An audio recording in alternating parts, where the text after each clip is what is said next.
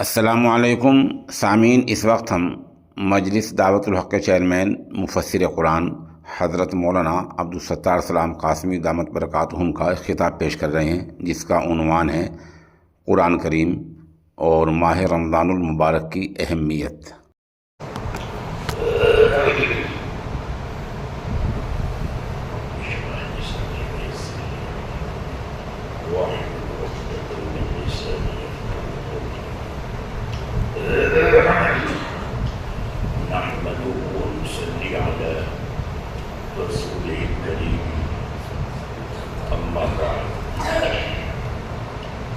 أعوذ بالله من الشيطان الرجيم. بسم الله الرحمن الرحيم. شهر رمضان الذي أنزل فيه القرآن هدى للناس وبينات من الهدى والفرقان. صدق الله العظيم.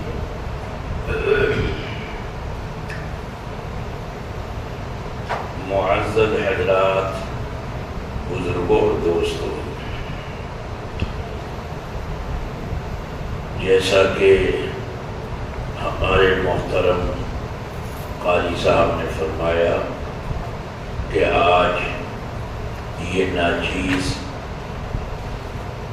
شام کو سفر عمرہ پر روانہ ہو رہا ہے، دعا فرمائے اللہ تعالیٰ خیر و عافیت کے ساتھ وہاں پہنچائے اور عمرے کے جو ارکان ہیں اللہ تعالیٰ ان کو صحیح طور پر ادا کرنے کی توفیق ارزانی عطا فرمائے اور شرف قبولیت عطا فرمائے اور پھر ساتھ خیریت کے آپ سب کے درمیان پھر واپسی فرمائے۔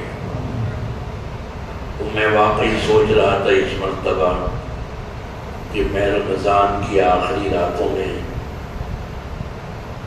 یاد کرتا ہوں یاد علی کی اس مسجد کو، آپ سب کو شاید اس بار حاضر نہ ہو، لیکن قاری صاحب نے فرمایا کہ نہیں، آپ آج آ جائیے۔ چنانچہ الحمدللہ آج یہاں حاضری ہوئی، حسب معمول سحری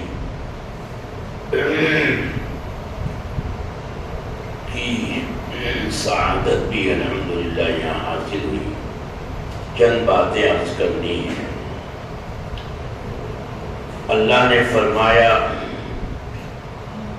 رمضان کا تعارف وہ روزے سے نہیں بلکہ قرآن سے کرایا ہے کہ رمضان کا مہینہ وہ ہے جس میں ہم نے قرآن نازل کیا۔ رمضان کو اور اللہ کے کلام کو مناسبت ہے، چولی دامن کا ساتھ ہے۔ جتنی بھی کتابیں نازل ہوئیں، توریت ہو، انجیل ہو، زبور ہو، صحف ابراہیم ہو، وہ تمام کے تمام رمضان کے مہینے میں ہی نازل ہوئے ہیں۔ تاریخ کچھ بھی نہیں ہوئی ہے۔ اور یہ قرآن بھی اسی طرح رمضان میں اس کی ابتدا ہوئی۔ اللہ کے نبی صلی اللہ علیہ وسلم غار حرا میں تھے، میں ڈیٹیل میں نہیں جاؤں گا، صرف اشارہ کروں گا، اور وہاں وہ 5 آیات نازل ہوئی۔ تو رمضان کا اور اللہ کے کلام کا جوڑ ہے، لازم و ملزوم ہے، جسے ہم اردو میں اپنی بھاشا میں بولتے ہیں چولی دامن کا ساتھ۔ رمضان کے مہینے میں اللہ نے قرآن نازل کیا، ہدی للناس، تمام انسانیت کی رہنمائی کے لیے۔ یہ اللہ کا کلام ہماری رہنمائی کے لیے، ہدایت کے لیے نازل ہوا ہے، لیکن ہدایت کو قبول وہ لوگ کرتے ہیں جو ہدایت پر چلنا چاہیں. یہ پہلی آیت میں اللہ نے بتا دیا الف لام میم ذالک الکتاب لا ریب فیہ. یہ وہ کتاب ہے جس میں کوئی شک نہیں، کسی طرح کا کوئی شک نہیں، شک ہے ہی نہیں. لا ریب فیہ، جیسے لا الہ، کوئی معبود ہے ہی نہیں الا اللہ، اللہ کے علاوہ. اسی طرح لا ریب فیہ، اس کتاب میں کوئی شک ہے ہی نہیں. اور اگر کوئی باولا کہتا ہے تو یہ اس کی کول مغزی کی علامت ہے. جس طرح بھینگا آدمی ایک سے دو دیکھتا ہے، حقیقت میں دو نہیں ہوتی. جس طرح پیلیے کا مریض جسے خدا نہ خواستہ پیلیا ہو جائے، اسے ہر چیز پیلی دکھائی دیتی ہے، حقیقت میں وہ پیلی نہیں ہوتی. وہ اس مسجد کو بھی کہے گا یہ تو پیلی ہے، اس میں کلر پیلا کرایا. لاکھ دنیا کہے کہ پیلا نہیں ہے باولے، سفید ہے جی، کہے گا نہیں مجھے تو پیلا دکھائی دے رہا ہے. تو کہا جائے گا کہ تیری آنکھوں میں بیماری ہے، علاج کرا، خطرے میں ہے تو. تو غرض یہ کہ اللہ نے کہا کہ اس میں کوئی شک ہے ہی نہیں. اور اگر ہے تم سمجھتے ہو وَإِن كُنتُمْ فِي رَيْبٍ مِّمَّا نَزَّلْنَا عَلَىٰ عَبْدِنَا، اگر تمہیں شک ہے کہ یہ اللہ کا کلام نہیں ہے، انسان کا کلام ہے، محمد نے بنا لیا، تو بھائی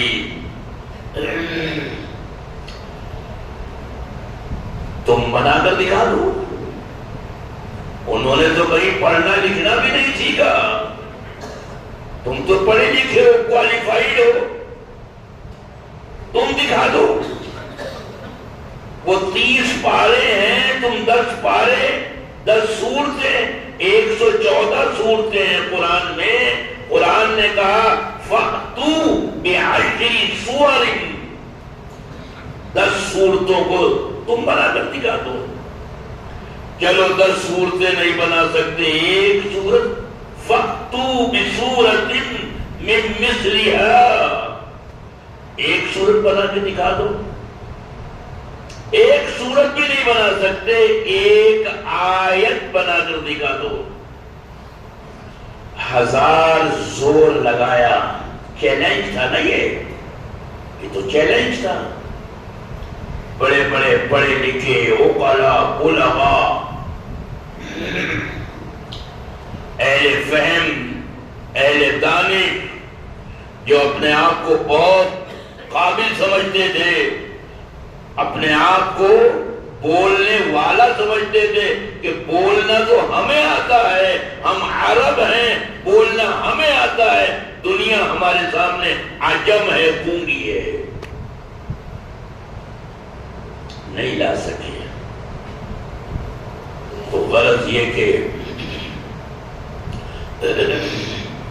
یہ اللہ کا کلام ایسی بڑی نعمت ہے، نبی کریم صلی اللہ علیہ وسلم کا زندہ معجزہ ہے. جو معجزہ اس میں 1450 سال پہلے جو طاقت تھی، وہی طاقت، قوت، وہی آج بھی ہے، آج بھی ہے. دوا وہی ہے جو دوا پہلے تھی، جس نے ہزاروں اور لاکھوں اور کروڑوں کو شفا یاب کیا. حضرت عمر فاروق فرماتے ہیں کہ کننا اذل الناس، ہم دنیا میں سب سے گئے گزرے گرے بڑے لوگ تھے، ذلیل تھے، ذلیل بھی نہیں اذل، سب سے زیادہ ذلیل. فَأَعَزَّنَا اللَّهُ بِالْإِسْلَامِ، اللہ نے اسلام کے ذریعے، اس قرآن کے ذریعے نبی اکرم صلی اللہ علیہ وسلم کے ذریعے ہمیں عزت عطا فرمائی. فَلَوْ نَطْلُبُ الْعِزَّ بِغَيْرِ مَا أَعَزَّنَا اللَّهُ، اگر ہم نے اس دوا کو چھوڑ کر اس طریقے کو جس سے عزت ملی، یہ قرآن، یہ اسلام، یہ دین، یہ نبی کا طریقہ، اگر اس کو چھوڑ کر ہم نے دوسروں کے طریقے کو دیکھنا شروع کیا اور اس کو اپنانے کی کوشش کی، غیروں کے طریقے کی، تو حضرت عمر فاروق کہتے ہیں لَأَذَلَّنَا، اللہ پھر ہم کو ذلیل کر دے گا. ہماری عزت قرآن کو فالو کرنے میں ہے، قرآن پر عمل کرنے میں ہے، قرآن کو اپنی زندگی میں لانے میں ہے.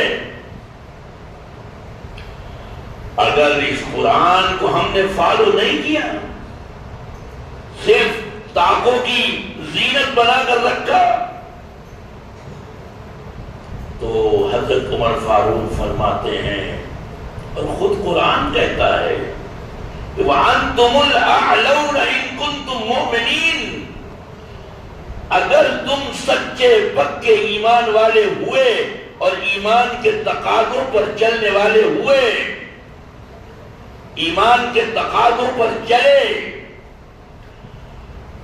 نماز میں جو طریقہ بتایا اس کو فالو کیا، نماز کے باہر بازار میں جو طریقہ ہے اس کو تم نے فالو کیا، بیوی کے ساتھ، بچیوں کے ساتھ، بیٹوں کے ساتھ، پڑوسیوں کے ساتھ، دوستوں کے ساتھ، دشمنوں کے ساتھ، کاروبار میں، غرض یہ کہ پوری زندگی، پوری معاشرت، پورے سماج اور سوسائٹی کے ہر پہلو، ہر اینگل پر جو میرے نبی نے ہدایات دی ہیں اور یہ قرآن نے رہنمائی کی ہے، ذالک الکتاب لا ریب فیہ ھدی للمتقین،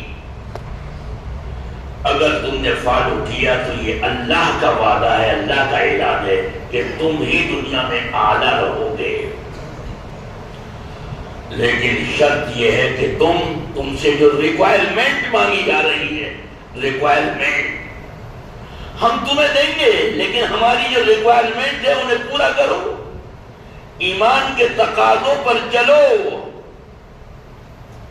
ایمان کے تقاضوں پر چلو.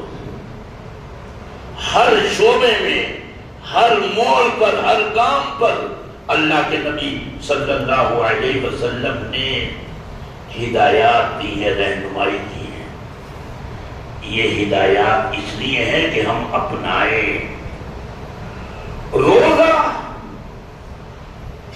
صرف کھانے پینے کو چھڑانے کا نام نہیں ہے کہ اتنے بجے سے اتنے بجے تک، اس آپ 4:48 سے لے کر اور شام کے 6:38 تک کھانے پینے کو چھوڑ دیا. یہ تو روحانی تربیت کو اپنے اندر پیدا کرنے کا کورس ہے، یہ کورس ہے، مشق کرائی جاتی ہے. یہ تو پورے عالم، پوری دنیا میں ورکشاپ ہے، یہ مشق کرائی جا رہی ہے. لیکن اس گاڑی کو دیکھا جائے گا ورکشاپ سے نکل کر رمضان کے بعد یہ گاڑی صحیح ہوئی ہے یا نہیں، اس میں گریزنگ اور آئل اور یہ اور وہ، یہ ساری چیزیں ہوئی اور ٹرائل بھی کیا، ہاں چل رہی ہے، ورکشاپ میں بہت اچھی چل رہی ہے. لیکن دیکھا جب جائے گا جب ورکشاپ سے نکل کر گاڑی اپنی اصلی حالت میں چلے.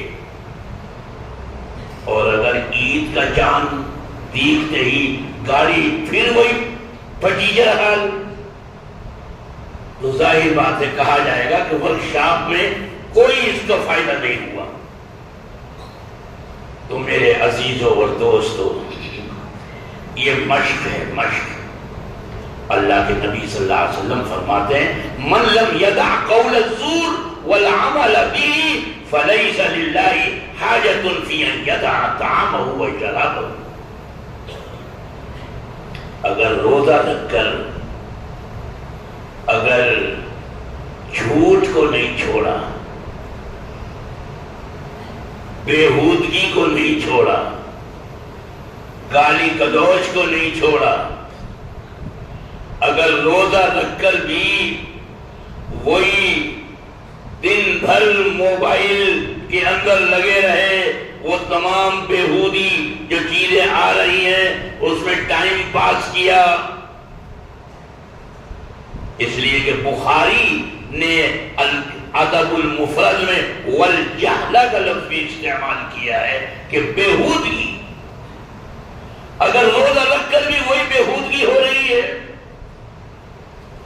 اور جناب عام آدمی کا تو کیا ذکر کیجئے، مجھے بڑی حیرت ہوئی کل کے دن میں بینک میں کھڑا ہوا تھا کہ میں نے دیکھا کہ ایک صاحب جو اوکھلے میں مفتی کہلاتے ہیں اور کوئی بچے بھی نہیں ہیں، اچھی خاصی عمر کے، کم سے کم 50 سال کی عمر کے ہوں گے، وہ لائن میں لگے ہوئے ہیں۔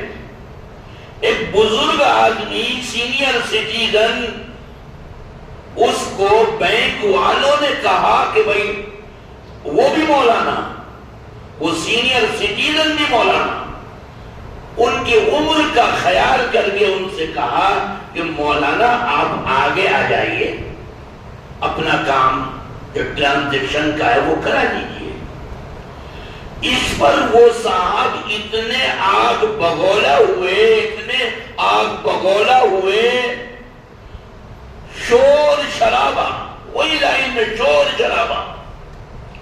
میں حیرت سے دیکھ رہا ہوں، یہ شخص تو یہاں اوکھلے میں مفتی کہلاتا ہے، قاضی کہلاتا ہے، نکاح خواہ ہے، پروگراموں میں جاتا ہے، یہ کیسا شور مچا رہا ہے، آپ بگولا ہو رہا ہے۔ اتنا ہی نہیں، وہ بزرگ جب بینک سے باہر نکلے تو یہ شخص اپنی لائن توڑ کر وہاں پہنچا اور لڑنے کے لیے ان سے کہا اور بدتمیزی ان سے کی، اور میں دیکھ رہا ہوں یا اللہ یہ کیسا مفتی ہے۔ میرے نبی نے تو یہ فرمایا کہ اگر تم سے کوئی لڑائی لڑے، جھگڑا کرے، گالم گلوچ کرے اور تمہارا روزہ ہو تو تم یہ کہو کہ بھائی میں تمہیں کچھ نہیں کہوں گا، میرا روزہ ہے۔ اور یہی ان صاحب نے کہا، وہ بھی مولانا تھے، بزرگ، ان کے باپ کی عمر کے۔ اتنا ہی نہیں، ان کے فون پر اس شخص نے یہ کہا جو مفتی ہے، مفتی کہلاتا ہے، کہ آپ نکل گئے ورنہ جو پیسے آپ کے پاس تھے میں چھیننے کے لیے آیا تھا، چھیننے کے لیے اور لوٹنے کے لیے آیا تھا۔ مفتی کہہ رہا ہے روزہ ہے۔ بتائیے، یہ کل کی بات ہے، میری آنکھوں کے سامنے کی بات ہے۔ میں حیران کہ میں کیا کہوں اپنے ان بھائیوں کو جو پڑھے ہوئے بھی نہیں ہیں، وہ اگر گالی گفتاری کر رہے ہیں وہ بھی غلط ہے، لیکن یہ تو مفتی ہے، یہ تو مفتی ہے۔ تو میرے عزیز اور دوستو، اللہ کے نبی نے فرمایا کہ من لم یدع قول الزور والعمل به فلیس للہ حاجۃ فی ان یدع طعامہ وشرابہ۔ اللہ کو کوئی ضرورت نہیں کیوں روزہ رکھا ہے، کیوں کھانے پینے کو چھوڑے ہوئے۔ اگر تجھے روزے سے سبق نہیں مل رہا، تربیت نہیں ہو رہی، وہ خوبیاں نہیں آ رہی، اگر دودھ پی کر، شہد کھا کر، گھی دیسی جو آپ خرید رہے ہیں وہ کھا کر اگر وہ فائدے نہیں مل رہے تو پھر کیا فائدہ پیسے برباد کرنے کا؟ وہ اصلی دودھ نہیں ہے، وہ اصلی گھی اور اصلی شہد نہیں ہے، ملاوٹ ہے اس کے اندر۔ بہرحال میرے عزیزوں اور دوستوں، رمضان اب رخصت ہے، پتہ ہی نہیں چلا کس طرح 2 عشرے گزرے اور تیسرا عشرہ بھی۔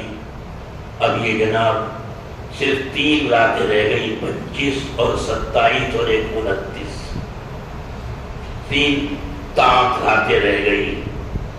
سعادت مند ہیں وہ لوگ جو ان 3 راتوں میں عبادت کر لیں۔ یوں تو ہر رات کی ایک اہمیت ہے، اللہ نے ایک کو ایک پر فضیلت بخشی ہے۔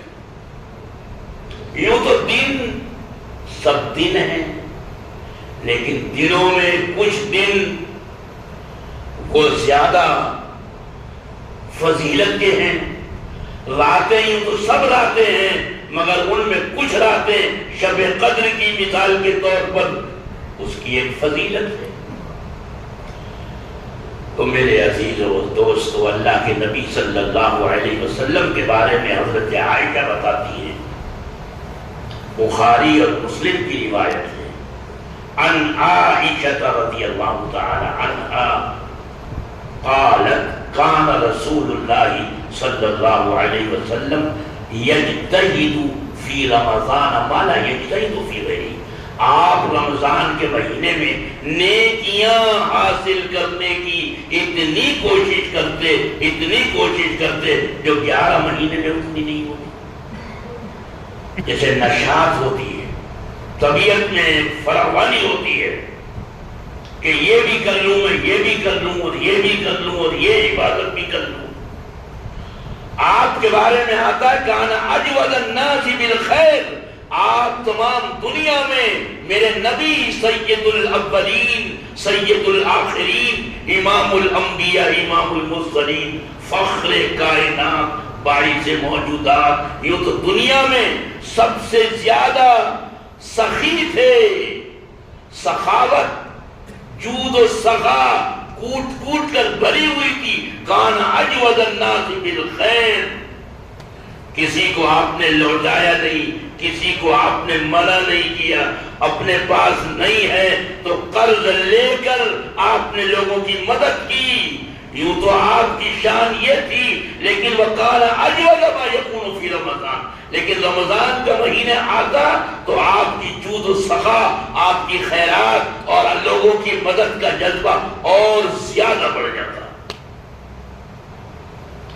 اللہ کے نبی صلی اللہ علیہ وسلم کے بارے میں حضرت انس کی روایت ہے، میں اپنی بات کو شارٹ کرتا ہوں، مختصر کرتا ہوں، کہ آپ حضرت انس کہتے ہیں اللہ کے نبی صلی اللہ علیہ وسلم اذا دخل العشر، جب یہ آخری عشرہ آتا، صرف طاق راتیں نہیں، پورا عشرہ، جب آخری عشرہ آتا، اذا دخل العشر شد میزرہ، آپ اپنی کمر کس لیتے عبادات کے لیے، طاعات کے لیے۔ شد میزرہ وَأَحْيَا لَيْلَهُ، اور پوری رات آپ عبادت میں رہتے ہیں۔ وَأَيْقَظَ أَهْلَهُ، اور اپنے اہل و عیال کو آپ جگاتے کہ جاگو اور اس میں عبادت کرو، اس میں تلاوت قرآن کرو، اس میں اللہ کی رضا اور خوشنودی کے لیے جو اعمال کر سکتے ہو پیچھے مت رہو۔ وَأَيْقَظَ أَهْلَهُ، اپنے اہل و عیال کو جگاتے